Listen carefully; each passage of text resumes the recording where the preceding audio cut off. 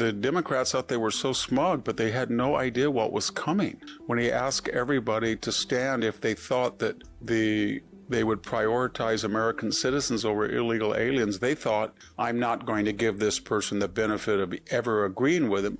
True, they didn't. But to the American people, the 50 or 60 million who watched, it wasn't about Trump. It was just to reiterate that the policies under Biden were something that they didn't approve of anymore because they were very unpopular. And what did they do? They sat down. They wouldn't even rise. They couldn't even make that statement that their priorities are American citizens. And that just channels in to what we're going to see in 2026 in November, this next midterm. There were so many sound bites. There were so many great opportunities in that speech for ads, campaign ads, and you're going to see a lot of them in November. We had the State of the Union, as we all know, on Tuesday. I think all of us were a little apprehensive when we were told it would be the longest State of the Union. I happen to have watched Bill Clinton's 2000 State of the Union address. I think it was an hour and 28 minutes. Trump was, depending where you start the actual measurement of the speech, I think it was about hour and 50 minutes, 20 to 25 minutes longer.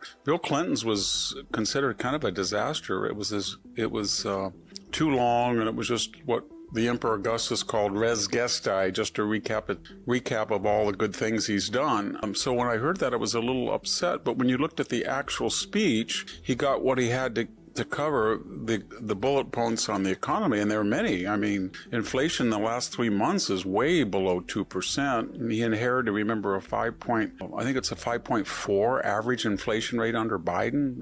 21 aggregate inflation over 4 years, divided by 4, and GDP was very strong. It was much stronger than people had anticipated. Job growth is not only strong, but it's U.S. citizens for the vast majority of the new jobs that are created. Interest rates are down. All of that. Gasoline, as he pointed out, in a place in Iowa, it's under $2. Doesn't apply to us in California. We're going to be seeing 6, 7, and 8 in this summer because we drove out 2 large refineries that'll be leaving California. Nevertheless, he got what he needed to say at the very beginning, and then it wasn't really a State of the Union address. It was more of a variety show, or it was an interview when he brought all of these tragic cases of these people, and they all had one thing in common, whether it was the family that was impacted by the illegal alien truck driver, or it was to show how so many people had been patriotic and fought on behalf, or the sudden entry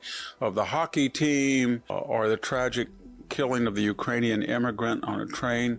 It was all to show you 2 things: that we're a wonderful patriotic country, and the policies of the Democratic opposition had caused, in some cases, these tragedies. And then the Democrats thought they were going to be very, very cute by boycotting. I don't know, they said 73 or 4, but maybe only 60 actually boycotted. They wouldn't stand for any applause, no matter what the topic was, or no matter whether they agreed with it. And they were going to have alternate realities in reply to Donald Trump's speech. And they were all a disaster, to be quite frank. Governor Spanberger of Virginia, she's added all these taxes. She's taxing anything that moves or breathes, and she's talking about her affordability record. I think it was mostly about her. I think that Newsom, Harris, Buttigieg, they're not viable candidates, and somebody like herself, a dark horse, might emerge in 2028.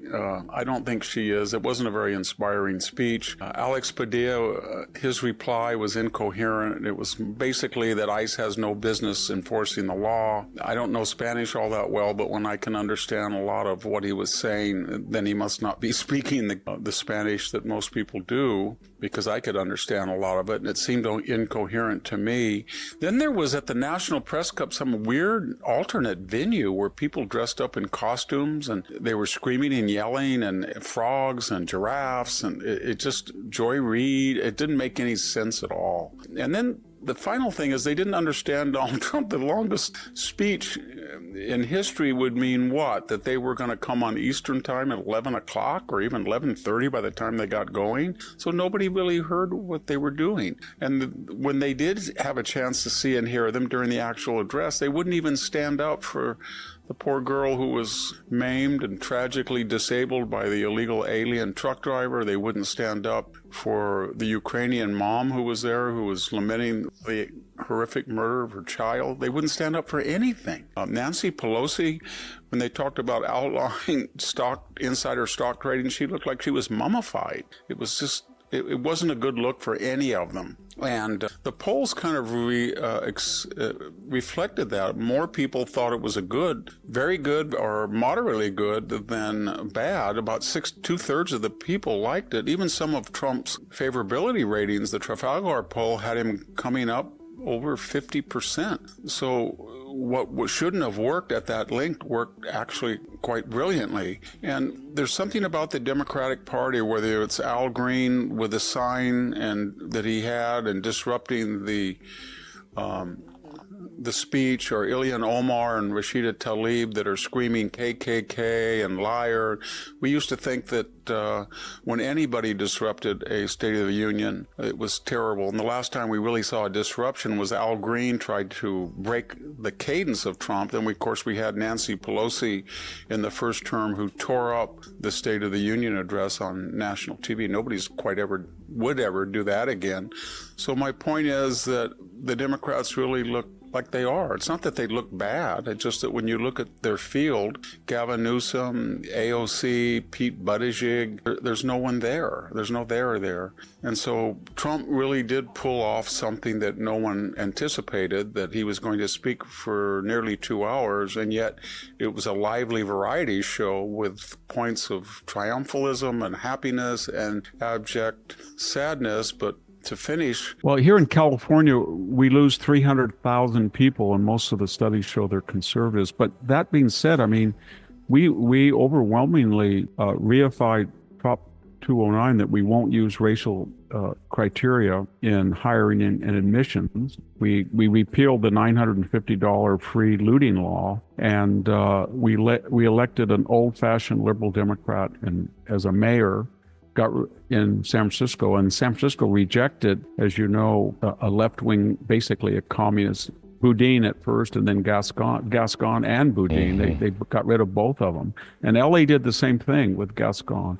So there are people who, I don't know whether they're scared or they're aware of the danger, but they feel that if these people continue, the Democratic Party will be in danger. And and they're in danger. I think a lot of the people on the left who were very affluent, that's the party of affluence, they felt their zip code, the letters after their name, their degrees, their career, their titles would insulate them from this stuff. You know, we're going to support teachers' unions. Our kids are going to go to private school. We live at 70-degree coastal weather. You have 40 cents kilowatt, that kind of stuff. And we have private patrols around, Beverly Hills or Malibu, but defund the police. But I think the revolution is coming for them. And they're scared that all of their money and influence status that will not protect them from these people. And that's a good sign, I think. The revolution is coming for them. And they're scared that all of their money and influence status that will not protect them from these people. And they're nihilist. I think another big revolution that we're not talking about is Harvard, Yale, Princeton, all of these prestige places are radically they're losing their prestige blue chip names because for 4 years now they have had no SAT, no comparative ranking of GPAs. They've been letting in people who could not do the work for other grounds than meritocracy. And the employers after 4 years said, if I hire a Yale or Stanford graduate, 80% get A's. They can't compute. They're not analytical. They can't speak well or write well. And they'll go to HR and complain. And it's just endemic in Silicon Valley. People say this. They've gone to the Stanford administration and said, you better do something very quickly because we're not going to give money to you anymore. Most of our kids that are straight A students and perfect SAT do not get into your university because there's 9% white males the last 4 years. And we're not going to put up with it anymore. We're not going to hire your people because they're incompetent. And I just talked to a person in Silicon Valley. He said, "Give me the choice. I'll hire a Georgia Tech, SMU, Texas A&M electrical engineer, BA any day over Stanford." Stanford was the best place in the world for that. But if you do this Marxist idea that equity, equity, equity, and you have no merit, after 3 or 4 years, you tarnish the name that they said. Stanford, Harvard, Yale told us for 50 years, we have the toughest curriculum in the world, we have the toughest admissions, and therefore we have the best name because nobody can turn out people as bright, naturally as bright, and who got this rigorous education, and they will excel in law, medicine. And then now all of a sudden they're saying, forget all of that. That was all a lie. We don't believe that anymore. So if they don't believe it, and the results are that it's not true, then the employers say, well, okay, we agree with you. You have other criteria, but we just don't want them because they're incompetent. And that's happening. Then the employers say, well, okay, we agree with you. You have other criteria, but we just don't want them because they're incompetent. And that's happening. I think it depends on to what degree it's just performance art and what degree he starts replacing the police chief, the fire chief, the whole city administration with people like him. If that should happen, and he says it will happen, I think you're going to see $1 trillion in capital leave there and go somewhere like Miami or Charlotte. But I just don't feel that that's going to be a viable financial center. It already is not really viable given the taxation and regulation, but you're going to see a lot of departure. It's kind of sad because we all make fun of New York, but it's the financial capital of the world, and it's in our interest that it be vibrant and free market. And so you're letting a lunatic at the wheel, so to speak, and I don't know. We'll see I think he's going to get elected. I just don't know to what degree he's going to be like a Mayor Johnson in Chicago.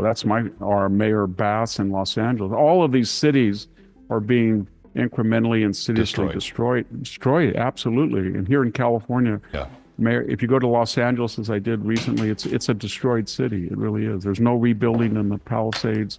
The downtown is uninhabitable. It's kind of like Road Warrior on the freeways. There's no law enforcement. Well, I mean, usually these people have election. In Germany, they elected a fascist one time and then there was no more elections. Everybody thought he was a nut. Everybody thought Mussolini had been a communist, then he was a socialist, then he was a fascist, and he was just crazy. But he was I think you can't underestimate some of these people. They're very skilled. They feel they're photogenic, they're charismatic.